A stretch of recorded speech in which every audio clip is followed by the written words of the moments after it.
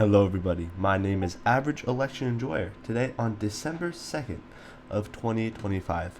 First of all, I'd just quickly like to apologize for breaking the sort of streak of scheduled videos that I've been producing, early videos I've been producing.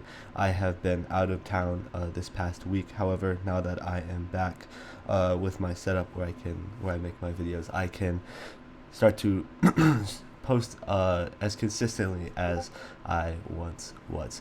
So the topic of this video today is going to be the special election of the Tennessee 7th Congressional District. This is a race that has unexpectedly captured both parties, and it has been something that has been brewing for a little while now. I first mentioned it months ago as a race that could become somewhat closer than what it was if trends continue. However, I don't think anybody was expecting the sort of race that could potentially play out today.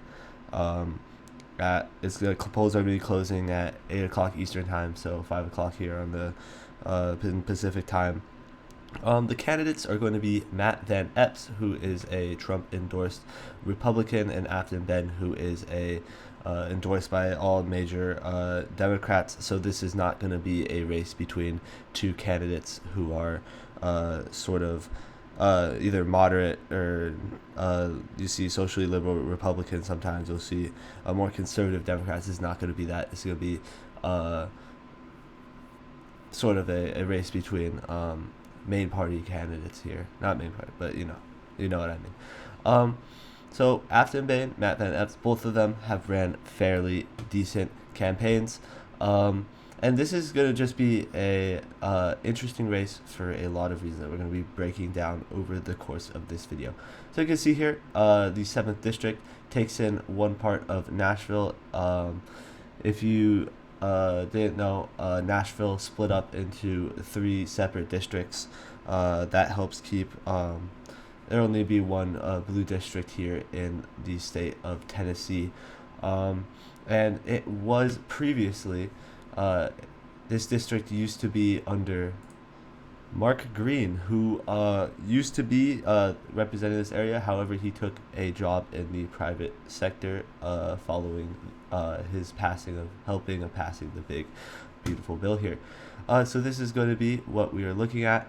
Very blue Nashville, and then a lot of red counties out here that help prevent that don't prevent, but it's a blue Nashville here where this is going to be the big Democratic vote sinks, and then big Republican vote sinks for the rest of these surrounding counties. Here, as you can see on Vote Hub, they ran some analysis on some of the early vote data. As you can see, so far, early voters are turning out at higher rates in blue precincts than red ones.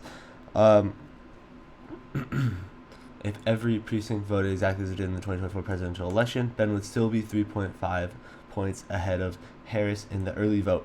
And that is big news because in the on November 4th, on those elections, we saw levels of persuasion. We saw Republicans voting for Democrats at rates that you don't normally see. I talked about that in a video a few weeks ago about how Republicans have a bit of a problem with a sort of Lincoln Project movement, Republicans against Trump movement, whatever you want to call it, about how that didn't materialize in 2024. But here in 2025, we are seeing the consequences of this sort of movement of conservatives who are bucking their party to vote against the MAGA movement, a bit of a split in the Republican Party. As you can see, the mean is a +5 Trump victory among early voters, which is a fairly good result for Ashland. So this is a disclosure. I don't think that she is going to be winning this election. However, it's already been a bit of a nightmare for the Republican Party here, as it has been. As you can see, they had several rallies here for this district for a +22 Trump seat. So you'll see later. I'll break down over the past years what that is looking like. We are getting big names involved in this election, which is something that, if things were going well for the Republicans in this race, would obviously not happen. They're spending millions of dollars. Republican PACs are putting a lot of money in this race. Democrats are putting money in this race. This is and that is if you are a party who's trying to win a seat like this versus the party holding the seat. That's kind of a disaster for the party, the Republicans, who are holding this seat. It's showing a lack of confidence in states and seats that should have been safe, and that is a worrying sign for Republicans here. As you can see, they had a rally headlined by House Speaker Mike Johnson. So they got House Speaker Mike Johnson out. They had Trump call in during this rally, put him on the microphone to go speak to the people there twice. They had him call in twice, and they had several other Republicans. They had senators, they had House of Representative members, and they had state legislators there at this rally. And that's not to say that Democrats aren't doing the same thing. Former Vice President Al Gore and AOC in a virtual rally had called in and also spoke on behalf of Ben, just like Trump and Mike Johnson and several other prominent Republicans had rallies on behalf of Matt Van Epps. However, it doesn't matter already with the results are going to matter significantly. However, this is already something of an embarrassment for the Republican Party, having to have a rally like this with all these big guns to try to preserve this seat. Because if they lose this seat, that is yet another seat that will be flipping to the that's just another vote that the Republicans are going to be losing, and that can cause problems. As if you've been following Congress, you know how close these recent votes have been. Republican defections have been something of a has been something of a problem for the Republican Party, most seen during the Epstein vote, when Republicans would end up supporting it after a big group of Republicans broke away and said that they were going to vote regardless of what Mike Johnson and Donald Trump were telling them to vote.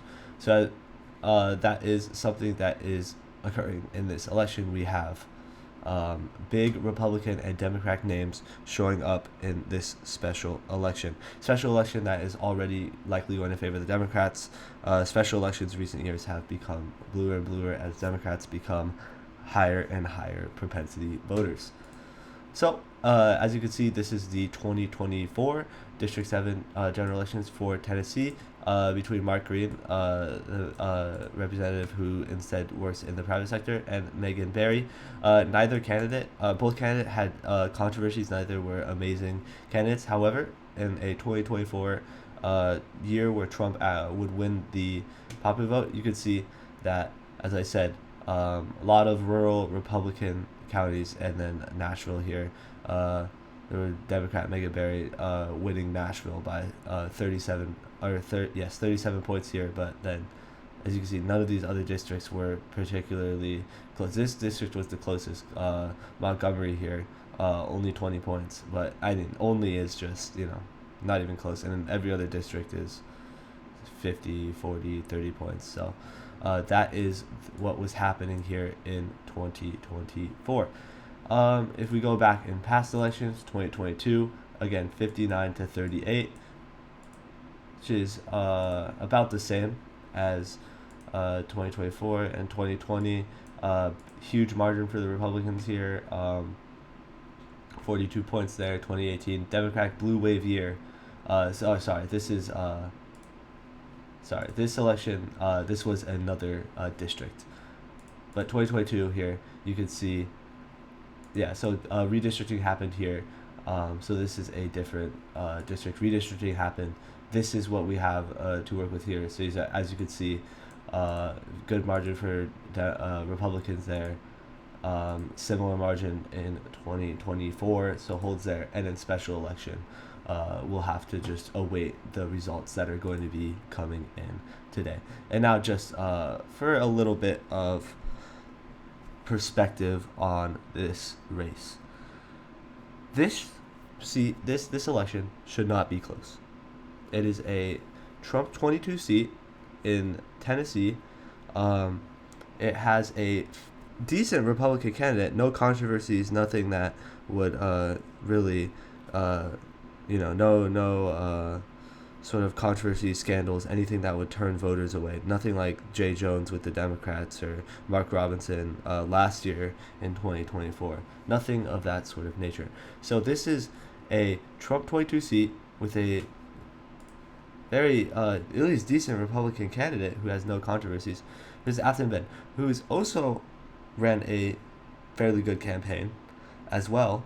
Um, However, if we're adding this up, we have both candidates running a fairly good campaign in a plus 22 election. And yet, we are seeing Republicans are starting to panic a little bit. They are putting in, House Majority PAC put 1 million behind that. So this is 1 million for the Democrat, 1 million for Trump supporting MAGA Inc. That's super PAC, and as Hakeem Jeffrey, Democratic House Minority Leader Hakeem Jeffries has eloquently put, Republicans have already lost. The fact they are spending millions of dollars to hold a seat that Donald Trump won by 22 points is extraordinary, and I have to agree with the statement. The fact that Democrats are able to give a scare to the Republicans in a seat like this is, in fact, impressive. And if you are a Republican here, you should be worrying about the results, because if this seat goes by 20 points, that is a very good margin for the Republicans. It is a good sign that they're going to be able to continue holding. If it goes by 15, that is a bit of a worry. If it goes by 10 points, 55 to 45, that is a near disaster. If it's 5 points or within, that is a catastrophe. And if Afton Ben, I believe I called her Ashton at some point. I believe Afton Ben. I like to apologize for that.